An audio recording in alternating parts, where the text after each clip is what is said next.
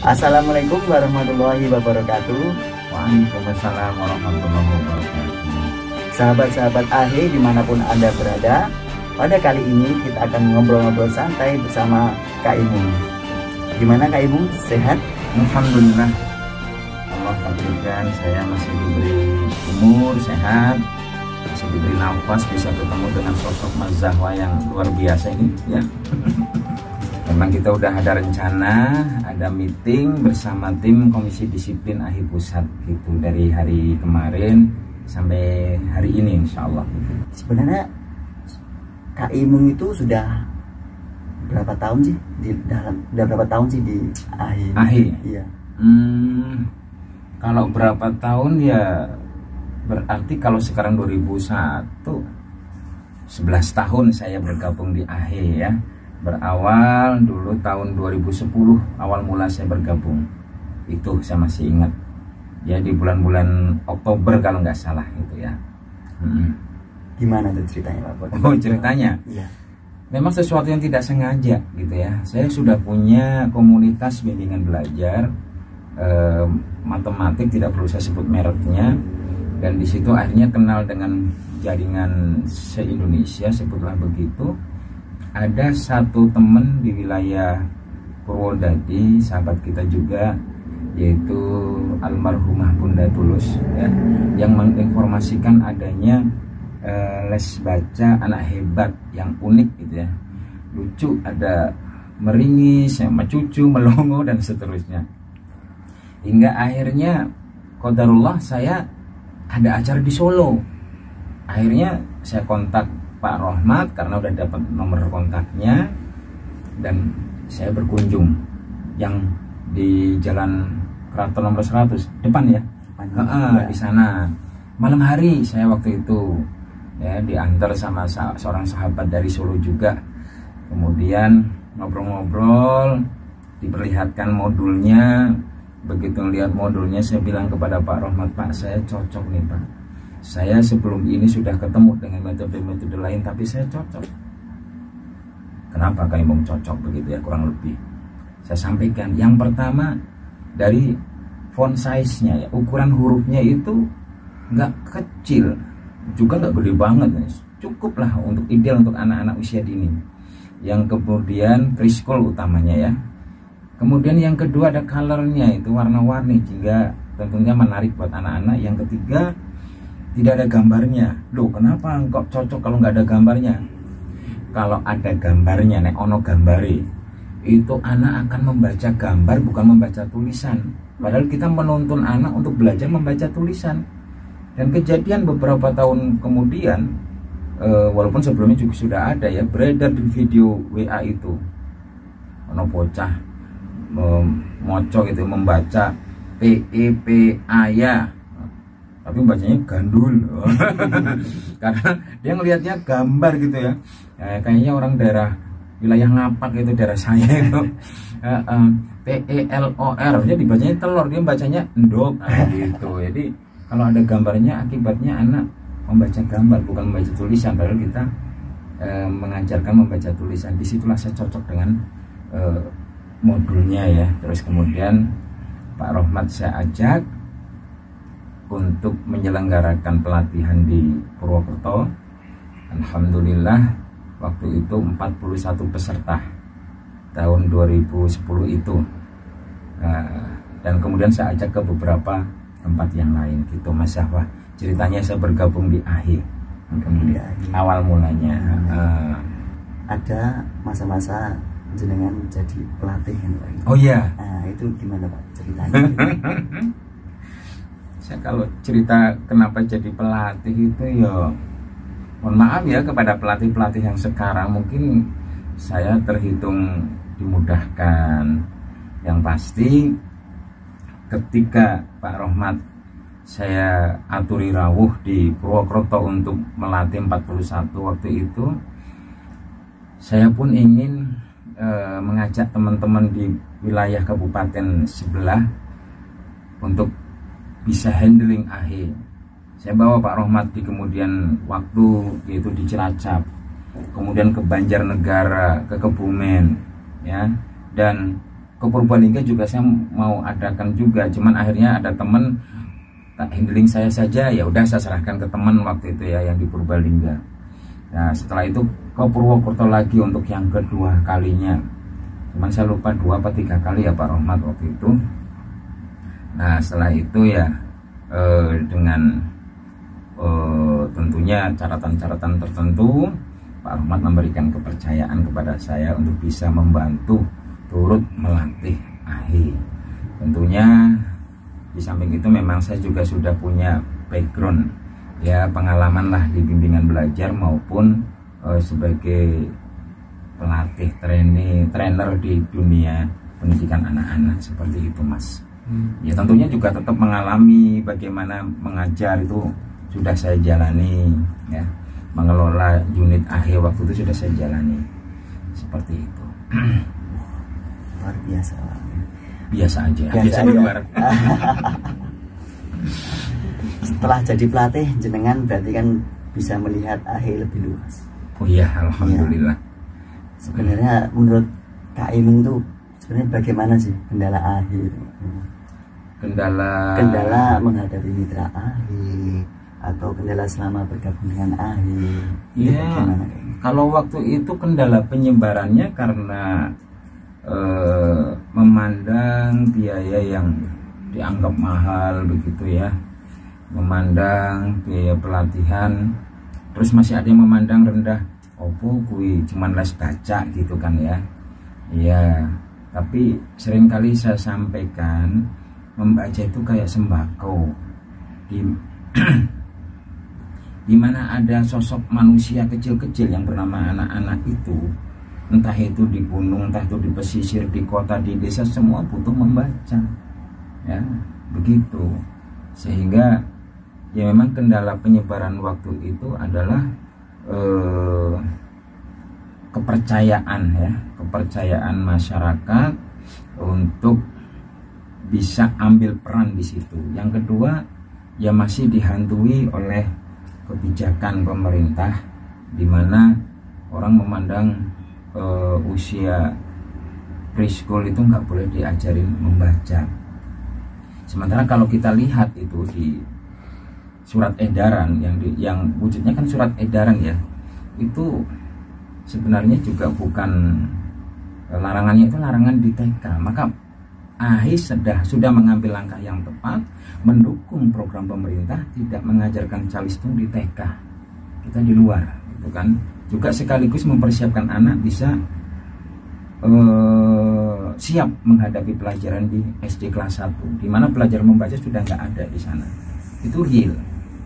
Saya pernah jadi guru, pernah jadi kepala sekolah SD gitu ya. Jadi real seperti itu. Kendala yang lain apa ya? Ya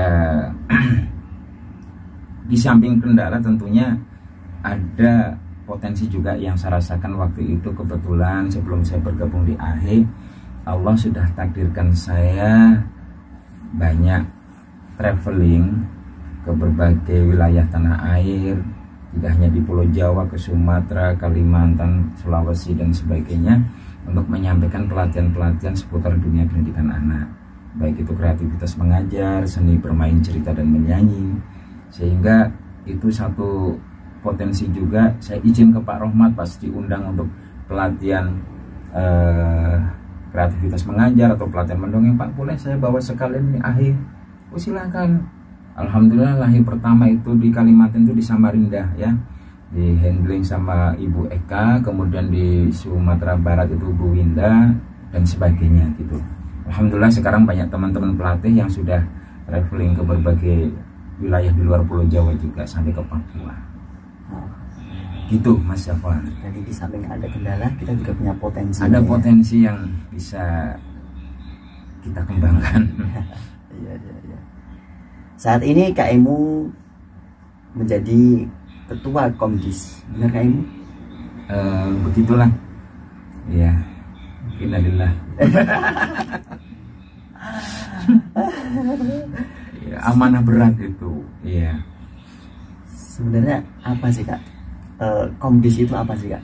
Komdis mungkin komisi disiplin begitu ya, boleh saya katakan ini adalah sub lembaga sub di bawah pusat yang mendapatkan amanah tugas untuk menegakkan kedisiplinan di jaringan AHE. Namanya menegakkan kedisiplinan itu berhubungan erat dengan pelanggaran-pelanggaran gitu kan. Yowis paling mudah ya jadi polisinya AHE lah, begitulah gitu. Jadi ini memang amanah yang berat karena menghadapi banyak masalah, sehingga ya konsekuensi hidupnya dari masalah ke masalah. Tapi enggak, hidupnya justru untuk menyelesaikan banyak masalah, karena prinsip masalah itu bukan untuk kita tinggal pergi, tapi harus kita hadapi dan kita selesaikan. Jadi semacam problem solver gitu ya. Ya. Gitu. Nah, sebelum kita bahas lebih jauh ke Komdis Kak ya, sebenarnya gimana sih dulu Kak Imung itu bisa ditunjuk sebagai Komdis itu? Sebenarnya awal mulanya itu ketika sudah terjadi perkembangan yang signifikan ya, terus berkembang AHE, pusat merasa pelanggaran demi pelanggaran muncul tuh gitu kan. Kemudian dibentuklah, perlu ada komisi disiplin. Dibentuklah komisi disiplin itu di Purwokerto. Masya Allah, saya jauh saya sebenarnya menyampaikan, udah saya aja yang ke Solo, katanya pengen suasana beda gitu ya. Jadi berapa empat orang rombongan, 5 ya, bersama Pak Rohmat ke Purwokerto, ketemu saya, terus kemudian aduh ya Allah, dengan segala hormat, saya orang yang lemah ini, yang dhaif ini, dijemput sosok yang luar biasa sama Pak Rohmat. Nah, kemudian ke wilayah Baturaden, di sanalah kita musyawarah rapat, Komdis terbentuk dan dipimpin oleh Pak Sri Suharso. 1 tahun berjalan, muncul kebutuhan lain, yaitu adanya LPM, Lembaga Penjamin Mutu. Pak Harso pindah ke LPM. Nah, kemudian saya nggak tahu kenapa kok saya yang ditunjuk begitu ya. Ini Pak Rohmat yang lebih tahu ini. Yo, kalau boleh milih ya saya jangan jadi ketua sebenarnya. Ya, amanah. Katanya kalau amanah itu jangan meminta, tapi kalau diberi usahakan kerjakan sebaik mungkin. Saya tidak meminta, tapi memang ya sudah tugas, saya coba laksanakan sebaik mungkin. Begitu Mas Afwan. Laporan apa sih yang paling sering ditangani Komdis itu, atau kasus apa yang sering ditangani Komisi Disiplin AHE? Wah, ini rata ya, rata. Dari mulai, jadi fungsi Komdis itu ada 3. 1, sanksi, jadi memberikan orang-orang yang memberikan pelanggaran itu langsung kita berikan ketegasan, Anda melanggar, ada sanksinya gitu. Yang kedua, Komdis punya tugas ataupun fungsi mediasi. Mediasi berarti untuk pihak-pihak yang berselisih, kalau dibilang bersengketa terlalu ngeri, berselisih itu perlu kita mediasi di tengah. Dan yang ketiga, advokasi, jadi terutama ini menangani pihak-pihak di luar AHE gitu ya, yang mencoba berbuat curang terhadap AHE secara legalitas. Nah, jadi yang selama ini seringnya yang 2 itu. Karena apa? Kalau sudah urusannya advokasi ya kita hanya sebagai pengantar, selanjutnya pusat langsung nanti yang berhadapan. Nah, yang sering itu adalah sanksi dan mediasi ini. Ya, wujud pelanggarannya ada yang kalau sanksi ini buka AHE di sekolah, membuka AHE unitnya tidak sesuai dengan lisensi. Ada lagi pelanggaran tentang, kalau ini mediasi ini adanya kesenjangan antara unit yang satu dengan unit yang lainnya. Kesenjangan apa? Kesenjangan SPP-nya lah, kesenjangan jam mengajarnya dan sebagainya gitu. Tidak terkecuali buat para konsultan dan pelatih juga ada yang melakukan pelanggaran-pelanggaran begitu. Berarti nggak hanya mitra-mitra biasa, tapi konsultan juga ya. Semuanya merata gitu kan ya. Luar biasa. Yang penting doakan Komdisnya jangan sampai melanggar. Itu kualat nanti.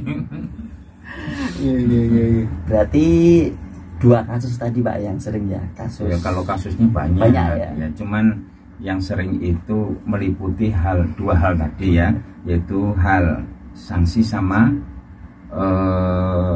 mediasi. Adapun yang advokasi kadang ketika ketahuan ada yang fotokopi modul, kita tegur, udah dia minta maaf, ya sudah selesai, nggak perlu kita ajak ke pengadilan gitu kan. Ya, tapi yang dua poin tadi, sanksi dan mediasi, ragamnya banyak gitu, ragamnya banyak. Dan kadang satu belum selesai datang tiga belum selesai laporan lagi 5. Waduh, pusing ini. Lucu ini buat saya, menggelikan. Suatu ketika ada ibu-ibu tuh ya, telepon ke pusat, saya lupa telepon atau WA, bermaksud beli modul. Setelah dikonfirmasi ternyata ibu ini anaknya les AH di sebuah TK gitu, ini di daerah Bengkulu. Nah, kemudian dilimpahkanlah dari pusat ke kami. Saya tanya, ternyata ibu tadi adalah wali murid yang les AH tadi.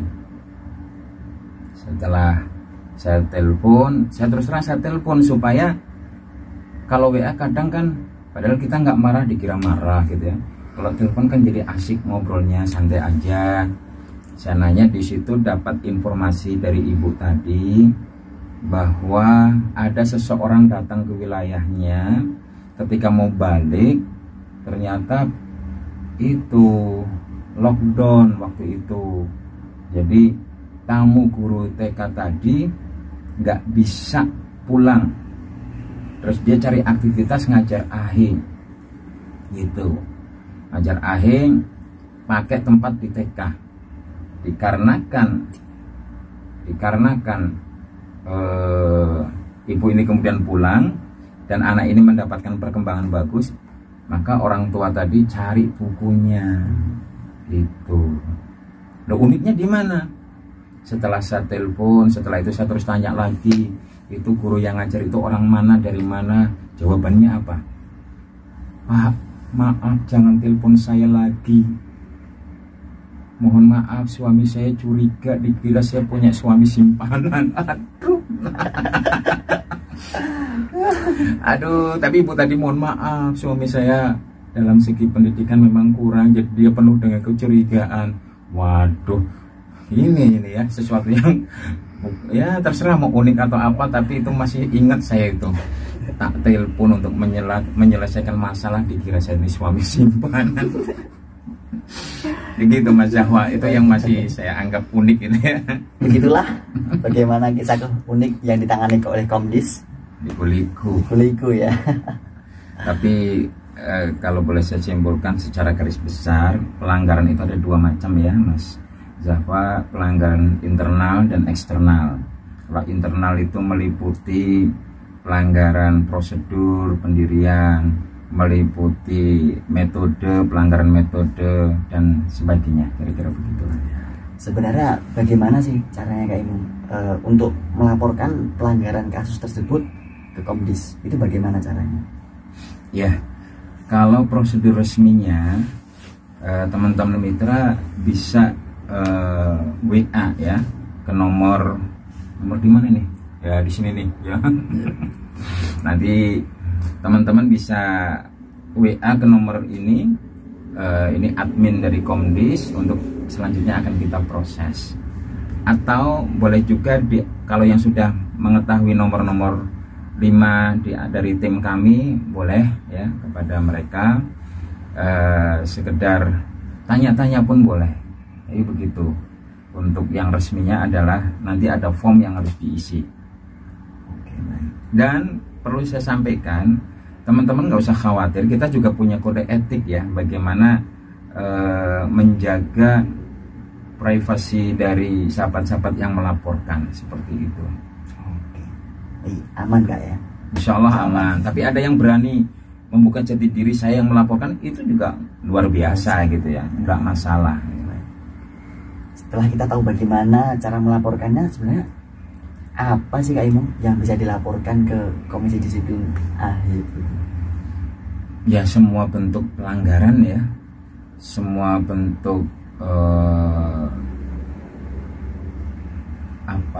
operasional AHE yang tidak sesuai dengan ketentuan ataupun aturan yang sudah ditetapkan pusat, itu semua bisa dilaporkan.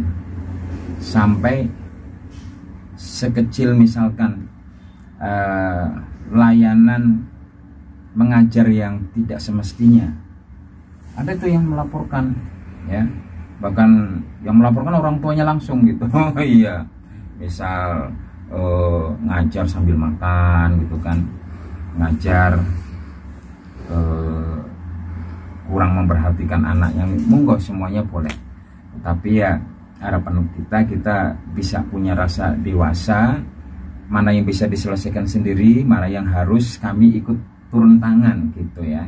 Kalau hal-hal kecil yang bisa ditangani sendiri ya tidak perlulah untuk dilaporkan. Baik, cukup sekian ngobrol-ngobrol santai kita bersama Kak Imung pada kali ini. Untuk menutupnya, adakah pesan kepada mitra AHE dari Kak Imung ataupun dari Komdis? Sahabat-sahabat, para mitra AHE dimanapun sahabat berada, kita bersyukur kepada Allah yang telah mentakdirkan kita bisa bersaudara, bersahabat dalam jaringan AHE. Apapun posisi kita, sekedar mitra B1, B2, B3 ataupun B4, yang pasti dengan bergabung di jaringan AHE banyak keuntungan dan keberkahan yang kita dapatkan. Yang pertama jelas ya, secara duniawi semoga ini menjadi salah satu untuk menolong ekonomi kita masing-masing. Yang kedua, secara jalur agama, insya Allah semoga Allah takdirkan jerih payah kita mengajar anak-anak itu sebagai ilmu yang bermanfaat, menjadi amal ya, yang pahalanya akan terus mengalir sampai kita tiada ya. Namun biasa dalam setiap perjuangan selalu ada godaan, melirik kanan, melirik kiri, ada peluang itu untuk mendapatkan lebih, tapi dengan cara-cara yang batil, dengan cara-cara yang tidak sesuai aturan. Itu adalah godaan setan.